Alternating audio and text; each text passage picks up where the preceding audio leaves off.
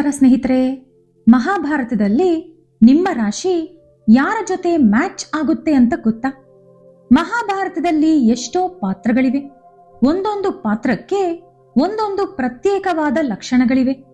ಜ್ಯೋತಿಷ್ಯ ಶಾಸ್ತ್ರದ ಪ್ರಕಾರ ನಿಮ್ಮ ರಾಶಿ ಮಹಾಭಾರತದ ಪಾತ್ರಗಳಲ್ಲಿ ಯಾರ ಜೊತೆ ಮ್ಯಾಚ್ ಆಗುತ್ತೆ ಅಂತ ಈ ವಿಡಿಯೋದಲ್ಲಿ ನಾನು ತಿಳಿಸ್ಕೊಡ್ತೀನಿ. ಆದರೆ ಅದಕ್ಕೂ ಮುಂಚೆ ನೀವಿನ್ನೂ ನಮ್ಮ ಚಾನೆಲ್ ಅನ್ನು ಸಬ್ಸ್ಕ್ರೈಬ್ ಮಾಡ್ಕೊಂಡಿಲ್ಲ ಅಂದ್ರೆ ಖಂಡಿತ ಈಗಲೇ ಸಬ್ಸ್ಕ್ರೈಬ್ ಮಾಡ್ಕೊಳ್ಳಿ. ಹಾಗೆ ಈ ವಿಡಿಯೋ ಇಷ್ಟ ಆದ್ರೆ ಮರೆಯದೆ ಒಂದು ಲೈಕ್ ಕೊಡಿ. ನಮ್ಮ ಭಾರತದಲ್ಲಿ ಎರಡು ದೊಡ್ಡ ಇತಿಹಾಸಗಳಿವೆ. ಒಂದು ರಾಮಾಯಣ, ಎರಡು ಮಹಾಭಾರತ. ಮಹಾಭಾರತ ಪ್ರಪಂಚದಲ್ಲೇ ಅತಿ ದೊಡ್ಡ ಗ್ರಂಥ ಎಂದು ಕೂಡ ಹೆಸರು ಮಾಡಿದೆ. ಈಗ ನಾವು ಮಹಾಭಾರತದಲ್ಲಿ ಯಾರ ಪಾತ್ರದ ಜೊತೆ ನಮ್ಮ ರಾಶಿ ಹೊಂದಾಣಿಕೆ ಆಗುತ್ತದೆ ಎಂದು ನೋಡೋಣ. ಒಂದು ಮೇಷರಾಶಿ. ಈ ರಾಶಿ ಭೀಮನ ಜೊತೆ ಮ್ಯಾಚ್ ಆಗುತ್ತೆ. ಇವರಿಗೆ ಧೈರ್ಯ, ಶಕ್ತಿ ಮತ್ತು ಸ್ಫೂರ್ತಿ ಹೆಚ್ಚಾಗಿರುತ್ತದೆ. ಸ್ವಲ್ಪನೂ ಹಿಂದೆಜ್ಜೆ ಹಾಕಲ್ಲ. ಅದು ಎಂಥ ಪರಿಸ್ಥಿತಿಯಾದರೂ ಮುನ್ನುಗ್ಗಿ ಹೋಗುವಂತ ಧೈರ್ಯ ಇವರಿಗಿರುತ್ತದೆ. ತಮ್ಮ ಕುಟುಂಬವನ್ನು ಕಾಪಾಡುವುದರಲ್ಲೂ ಇವರು ಮುಂದೆ ಇರುತ್ತಾರೆ. ಏನೇ ಆಗಲಿ ನೇರವಾಗಿ ಮಾತನಾಡುತ್ತಾರೆ. ಯಾರಿಗೂ ಹೆದರುವುದಿಲ್ಲ. ಅವರ ಕುಟುಂಬವನ್ನು ಹೊರತುಪಡಿಸಿ ಬೇರೆ ಯಾರಿಗೂ ಅಷ್ಟೊಂದು ಪ್ರಾಧಾನ್ಯತೆ ಕೊಡುವುದಿಲ್ಲ. ಎರಡು ವೃಷಭ. ಇವರು ಯುಧಿಷ್ಠಿರನ ಜೊತೆ ಹೊಂದಾಣಿಕೆ ಆಗ್ತಾರೆ. ಇವರು ಸ್ಥಿರತೆ ಮತ್ತು ಸಹನೆಯಿಂದ ತುಂಬಿರುತ್ತಾರೆ. ಸತ್ಯ ಮತ್ತು ಧರ್ಮದ ವಿಷಯದಲ್ಲಿ ಬದ್ಧತೆಯಿಂದ ಇರುತ್ತಾರೆ. ಇವರ ಮುಖದಲ್ಲಿ ರಾಜಕಳೆ ಇರುತ್ತದೆ. ಪಾಂಡವರು ವನವಾಸಕ್ಕೆ ಹೋದರೂ ಕೂಡ ಇತರೆ ಪಾಂಡವರು ಕಷ್ಟಪಟ್ಟಷ್ಟು ಯುಧಿಷ್ಠಿರ ಪಡಲಿಲ್ಲ. ಏಕೆಂದರೆ ಯುಧಿಷ್ಠಿರನನ್ನು ಕೂರಿಸಿ ಅವರ ತಮ್ಮಂದಿರು ಎಲ್ಲವನ್ನೂ ನೋಡಿಕೊಳ್ಳುತ್ತಿದ್ದರು. ಅದೇ ರೀತಿ ಈ ರಾಶಿಯವರು ಕೂಡ ಕಷ್ಟ ಮತ್ತು ಸುಖ ಎರಡರಲ್ಲೂ ಕೂಡ ಸುಖವಾಗೇ ಇರುತ್ತಾರೆ. ಇವರಿಗೆ ಬೇರೆಯವರಿಂದ ಸಹಾಯ ಹೆಚ್ಚಾಗಿ ದೊರಕುತ್ತದೆ. ಮೂರು ಮಿಥುನ. ಇವರು ಶಕುನಿಯ ಜೊತೆ ಹೊಂದಾಣಿಕೆ ಆಗ್ತಾರೆ. ಶಕುನಿಗಿದ್ದಂತ ಬುದ್ಧಿವಂತಿಕೆ ಹಾಗೂ ದ್ವಂದ್ವ ಸ್ವಭಾವ ಇವರಲ್ಲಿ ಹೆಚ್ಚಾಗಿ ಕಾಣಿಸುತ್ತದೆ. ಮಹಾಭಾರತದಲ್ಲಿ ಹೆಚ್ಚಿನ ಕೆಲಸ ಶಕುನಿದೇ ಆಗಿತ್ತು. ಶಕುನಿ ಹಿಂದಿನಿಂದ ಎಲ್ಲವನ್ನೂ ಮಾಡಿ ಮುಂದೆ ಮಾತ್ರ ದುರ್ಯೋಧನನನ್ನು ನಿಲ್ಲಿಸುತ್ತಿದ್ದ. ಅದೇ ರೀತಿ ಮಿಥುನ ರಾಶಿಯವರು ಕೂಡ ತಾವು ಮಾಡೋ ಒಳ್ಳೆ ಕೆಲಸ ಆಗಿರಬಹುದು ಅಥವಾ ಕೆಟ್ಟ ಕೆಲಸ ಆಗಿರಬಹುದು, ಅದಕ್ಕೆ ಬೇರೆಯವರನ್ನೇ ಪಾತ್ರಧಾರಿಗಳಾಗಿ ಮಾಡುತ್ತಾರೆ. ಇವರು ಒಳ್ಳೆಯವರು ಹಾಗೂ ಕೆಟ್ಟವರು ಇಬ್ಬರ ಮನಸ್ಸನ್ನು ಕೂಡ ಬದಲಾಯಿಸಿ ತಮ್ಮ ಮಾತು ಕೇಳುವಂತೆ ಮಾಡಿಕೊಳ್ಳುವ ಚಾಣಾಕ್ಷತೆ ಹೊಂದಿರುತ್ತಾರೆ. ಇವರು ಒಡಹುಟ್ಟಿದವರಿಗಾಗಿ ಏನು ಬೇಕಾದರೂ ಮಾಡಲು ಸಿದ್ಧವಾಗಿರುತ್ತಾರೆ. ಇವರು ಒಂದು ಸಲ ಸೇಡು ಬೆಳೆಸಿಕೊಂಡರೆ ಒಂದು ಇವರು ನಾಶವಾಗಬೇಕು ಅಥವಾ ಅವರು ನಾಶವಾಗಬೇಕು. ಅದುವರೆಗೂ ಕೂಡ ಇವರು ಸೇಡು ಬಿಡುವುದಿಲ್ಲ. ನಾಲ್ಕು ಕರ್ಕಾಟಕ. ಇವರು ಕುಂತಿಯ ಜೊತೆ ಹೊಂದಾಣಿಕೆ ಆಗ್ತಾರೆ. ಇವರಿಗೆ ನಮ್ಮ ತಮ್ಮ ಎಂಬ ಭೇದ ಭಾವ ಇರುವುದಿಲ್ಲ. ಎಲ್ಲರನ್ನೂ ಒಂದೇ ಮಮತೆಯಿಂದ ಕಾಣುತ್ತಾರೆ.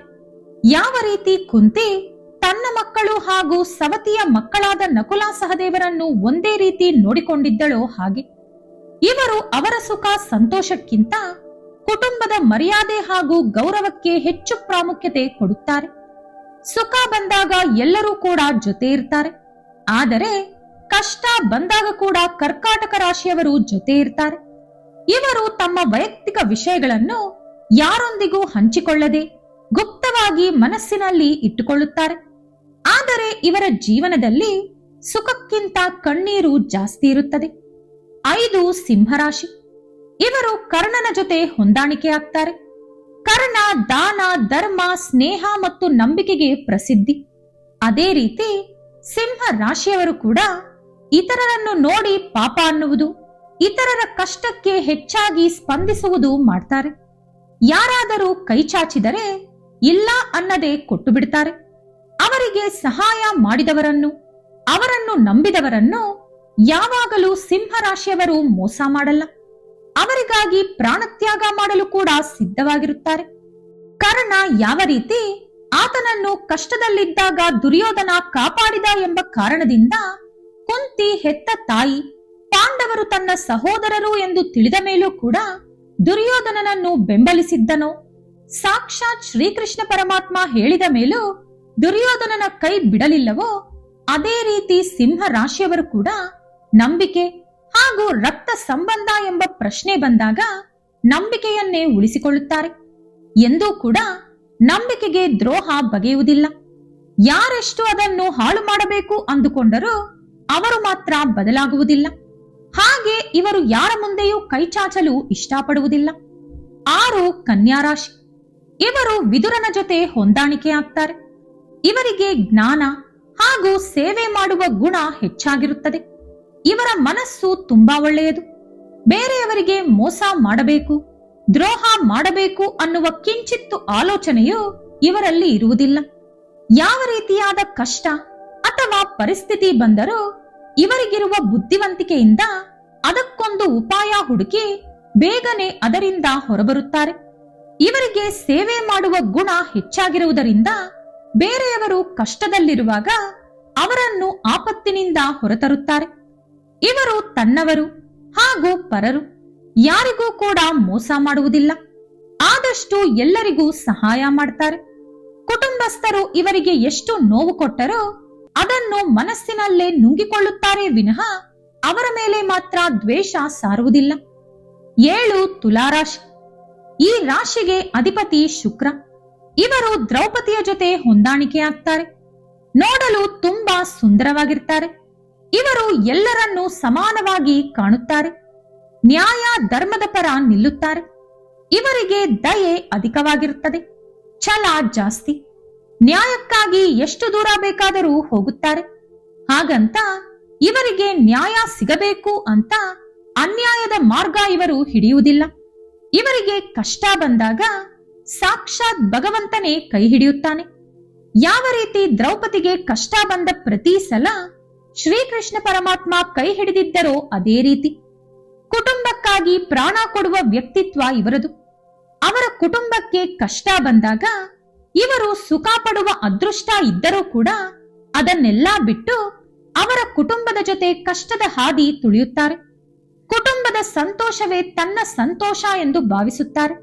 ಇವರ ಕುಟುಂಬದವರೇ ಇವರನ್ನು ಕಷ್ಟದಲ್ಲಿ ತಳ್ಳಿದರೂ ಕೂಡ ಇವರು ಮಾತ್ರ ಅವರ ಕೈ ಬಿಡುವುದಿಲ್ಲ. 8 ವೃಶ್ಚಿಕ ರಾಶಿ.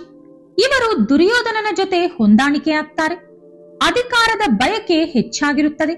ಇವರು ಯಾರ ಮಾತನ್ನು ಕೇಳುವುದಿಲ್ಲ. ನಾನು ನನ್ನದು ಎಂಬ ಅಹಂಕಾರ ಜಾಸ್ತಿ. ಛಲ ಹಠ ಕೂಡ ಜಾಸ್ತಿ. ಇವರು ಯಾವುದಾದರೂ ಗುರಿ ಇಟ್ಟುಕೊಂಡರೆ ಆ ಗುರಿ ತಲುಪುವವರೆಗೂ ಸುಮ್ಮನೆ ಕೂರುವುದಿಲ್ಲ. ಇವರು ಅಂದುಕೊಂಡಿದ್ದು ಸಾಧಿಸಲು ಒಮ್ಮೊಮ್ಮೆ ಅಧರ್ಮ ಮಾರ್ಗ ಕೂಡ ತುಳಿಯುತ್ತಾರೆ. ಇವರು ಸಂಗಾತಿಗೆ ತುಂಬಾ ನಿಷ್ಠೆಯಿಂದ ಇರುತ್ತಾರೆ. ಇವರನ್ನು ಬೆಂಬಲಿಸುತ್ತಾ ಇವರು ಹೇಳಿದ್ದಕ್ಕೆಲ್ಲ ಯಾರು ಸರಿ ಅನ್ನುತ್ತಾರೋ ಅವರಿಗೋಸ್ಕರ ಇವರು ಏನು ಬೇಕಾದರೂ ಮಾಡಲು ಸಿದ್ಧವಾಗಿರುತ್ತಾರೆ. ಇವರ ಮಾತನ್ನು ಯಾರು ವಿರೋಧಿಸುತ್ತಾರೋ ಅವರನ್ನು ಇವರು ಶತ್ರುಗಳಂತೆ ನೋಡುತ್ತಾರೆ. ಒಮ್ಮೊಮ್ಮೆ ಇವರು ಹಿಡಿದಿರುವಂತ ದಾರಿ ತಪ್ಪು ಎಂದು ಯಾರಾದರೂ ಹೇಳಿದರು ಅಥವಾ ಸ್ವತಃ ಇವರಿಗೆ ಅನಿಸಿದರೂ ಕೂಡ ಇವರು ಹಾಕಿದ ಹೆಜ್ಜೆ ಮಾತ್ರ ಹಿಂದೆ ತೆಗೆದುಕೊಳ್ಳದಿರುವಷ್ಟು ಹಠ ಇವರಲ್ಲಿ ಇರುತ್ತದೆ. ಇವರು ಒಳ್ಳೆ ಸ್ನೇಹಿತರಾಗಿರುತ್ತಾರೆ. 9 ಧನಸ್ಸು ರಾಶಿ. ಇವರು ಅರ್ಜುನನ ಜೊತೆ ಹೊಂದಾಣಿಕೆ ಆಗ್ತಾರೆ. ಇವರಿಗೆ ಕಷ್ಟ ಎಂದು ಬೇರೆಯವರು ಹೇಳಿದ ಕೆಲಸವನ್ನು ಸಾಹಸದಿಂದ ಮಾಡಿ ತೋರಿಸುವುದು ಇಷ್ಟ. ಇವರು ಬೇರೆಯವರನ್ನು ಸ್ಫೂರ್ತಿಯಾಗಿ ತೆಗೆದುಕೊಳ್ಳಲು ಇಷ್ಟಪಡುವುದಿಲ್ಲ. ಬದಲಾಗಿ ಇವರೇ ಇನ್ನೊಬ್ಬರಿಗೆ ಸ್ಫೂರ್ತಿಯಂತೆ ಬದಲಾಗುತ್ತಾರೆ. ಸ್ವತಂತ್ರ ಮನೋಭಾವ ಇವರದು. ದೇವರ ಮೇಲೆ ವಿಶ್ವಾಸ ನಂಬಿಕೆ ಜಾಸ್ತಿ. ಒಂದು ಕೆಲಸ ಮಾಡಬೇಕು ಎಂದು ತೀರ್ಮಾನಿಸಿದರೆ ಅದನ್ನು ಮಧ್ಯದಲ್ಲಿ ನಿಲ್ಲಿಸುವುದಿಲ್ಲ. ಇವರು ನೋಡಲು ತುಂಬಾ ಸುಂದರವಾಗಿ ಮತ್ತು ಆಕರ್ಷಕವಾಗಿ ಇರುತ್ತಾರೆ. ಇವರಿಗೆ ಛಲ ಜಾಸ್ತಿ. ಒಂದು ವಿಷಯ ಇವರು ಕಲಿಯಬೇಕು ಎಂದು ತೀರ್ಮಾನಿಸಿದರೆ ಅದು ಕಲಿಯುವವರೆಗೂ ನಿದ್ದೆ ಕೂಡ ಮಾಡುವುದಿಲ್ಲ. ಇವರಿಗೆ ವೀರತ್ವ ಹಾಗೂ ಬುದ್ಧಿವಂತಿಕೆ ಜಾಸ್ತಿ. ಯುದ್ಧವೇ ಎದುರಾದರೂ ಬೆನ್ನು ತೋರಿಸಿ ಬರುವುದಿಲ್ಲ. ಎಂತಹ ಸಮಸ್ಯೆ ಬಂದರೂ ಬುದ್ಧಿವಂತಿಕೆಯಿಂದ ಯೋಚಿಸಿ ಆ ಸಮಸ್ಯೆಗೆ ಪರಿಹಾರ ಹುಡುಕುತ್ತಾರೆ. 10 ಮಕರ ರಾಶಿ. ಇವರು ಭೀಷ್ಮ ಪಿತಾಮಹರ ಜೊತೆ ಹೊಂದಾಣಿಕೆ ಆಗ್ತಾರೆ. ಇವರು ಒಂದು ಸಲ ಮಾತು ಕೊಟ್ಟರೆ ಸಾಯುವವರೆಗೂ ತಪ್ಪುವುದಿಲ್ಲ. ನ್ಯಾಯ ನೀತಿ ಧರ್ಮ ನಿಷ್ಠೆಯಿಂದ ಬದುಕುತ್ತಾರೆ. ಕುಟುಂಬಕ್ಕಾಗಿ ಮುಖ್ಯವಾಗಿ ತಂದೆ ತಾಯಿಗಾಗಿ ಏನು ಬೇಕಾದರೂ ಮಾಡಲು ಸಿದ್ಧವಾಗಿರುತ್ತಾರೆ. ಅವರ ಸುಖಕ್ಕಿಂತ ಕುಟುಂಬದವರ ಸುಖಕ್ಕೆ ಹೆಚ್ಚು ಪ್ರಾಧಾನ್ಯತೆ ಕೊಡುತ್ತಾರೆ.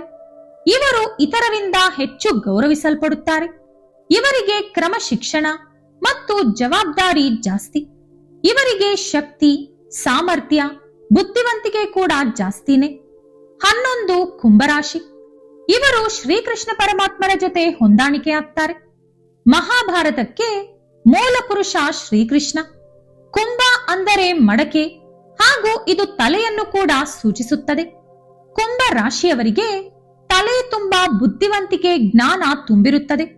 ಇವರು ಸ್ವಲ್ಪ ಚೇಷ್ಟೆ ಸ್ವಭಾವ ಹೊಂದಿರುತ್ತಾರೆ. ಇವರಿಗೆ ದಯೆ, ಕರುಣೆ, ನ್ಯಾಯ, ನೀತಿ, ಧರ್ಮ ಅಧಿಕವಾಗಿರುತ್ತದೆ. ಇವರು ತಮ್ಮ ನೆಚ್ಚಿನವರನ್ನು ಗೆಲ್ಲಿಸಲು ಎಷ್ಟರ ಮಟ್ಟಿಗೆ ಹೋಗಲು ಕೂಡ ಯೋಚಿಸುವುದಿಲ್ಲ. ಇವರಲ್ಲಿ ಒಂದು ರೀತಿಯಾದ ಮಾಯೆ, ಆಕರ್ಷಣೆ ಇರುತ್ತದೆ. ಅಂದರೆ ಇವರು ಯಾರನ್ನು ಬೇಕಾದರೂ ತಮ್ಮ ವಶಕ್ಕೆ ಪಡೆದುಕೊಳ್ಳುವ ಶಕ್ತಿ ಅಥವಾ ಸಾಮರ್ಥ್ಯ ಹೊಂದಿರುತ್ತಾರೆ. ಯಾವ ಪರಿಸ್ಥಿತಿಯನ್ನು ಬೇಕಾದರೂ ಇವರ ಲಾಭಕ್ಕೆ ಬಳಸಿಕೊಳ್ಳುವ ಮನೋಭಾವ ಇವರದು.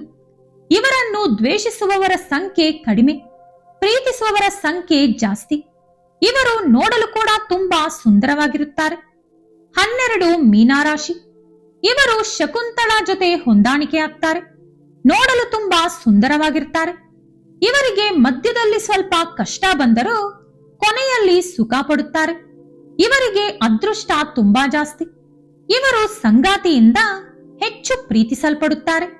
ಇವರಿಗೆ ದೇವರ ಮೇಲೆ ಭಕ್ತಿ, ಆಧ್ಯಾತ್ಮಿಕತೆ ಹೆಚ್ಚಾಗಿರುತ್ತದೆ. ಇವರು ಸಾತ್ವಿಕ ಸ್ವಭಾವ ಹೊಂದಿರುತ್ತಾರೆ. ಇತರರನ್ನು ದ್ವೇಷಿಸುವುದು ಇವರ ಸ್ವಭಾವವಲ್ಲ. ಇವರು ಯಾವಾಗಲೂ ಹೆಚ್ಚು ಕಷ್ಟಪಡದೆ ಸುಖವಾಗಿ ಇರಲು ಇಷ್ಟಪಡುತ್ತಾರೆ. ಇವರಿಗೆ ಧೈರ್ಯ ಜಾಸ್ತಿ. ಯಾವ ಪರಿಸ್ಥಿತಿ ಬಂದರೂ ಧೈರ್ಯವಾಗಿ ಅದನ್ನು ಎದುರಿಸುತ್ತಾರೆ. ಒಮ್ಮೊಮ್ಮೆ ಇವರು ನಂಬಿದವರಿಂದ ಮೋಸ ಹೋಗುತ್ತಾರೆ. ಇವರಿಗೆ ತಂದೆ ತಾಯಿ ಪ್ರೀತಿ ಹೆಚ್ಚಾಗಿ ಸಿಗುವುದಿಲ್ಲ, ಆದರೆ ಸಂಗಾತಿಯಿಂದ ಅದೆಲ್ಲವೂ ಸಿಗುತ್ತದೆ. ಇವರು ತವರು ಮನೆಗಿಂತ ಹೋದ ಮನೆಯಲ್ಲಿ ಸುಖ ಪಡುವುದು ಜಾಸ್ತಿ. ನೋಡಿದ್ರಲ್ಲ ಸ್ನೇಹಿತರೆ, ಇದರಲ್ಲಿ ನಿಮ್ಮ ರಾಶಿ ಯಾವುದು? ಹಾಗೆ ಈ ವಿಡಿಯೋದಲ್ಲಿ ನಾನು ಹೇಳಿರೋದೆಲ್ಲ ನಿಮ್ಮ ಗುಣಗಳಿಗೆ ಮ್ಯಾಚ್ ಆಗ್ತಾ ಇದೆಯಾ ಅಂತ ಕಮೆಂಟ್ ಮೂಲಕ ತಿಳಿಸ್ಕೊಡಿ. ಈ ವಿಡಿಯೋ ನಿಮಗೆ ಇಷ್ಟ ಆದ್ರೆ ಲೈಕ್ ಮಾಡಿ, ಶೇರ್ ಮಾಡಿ.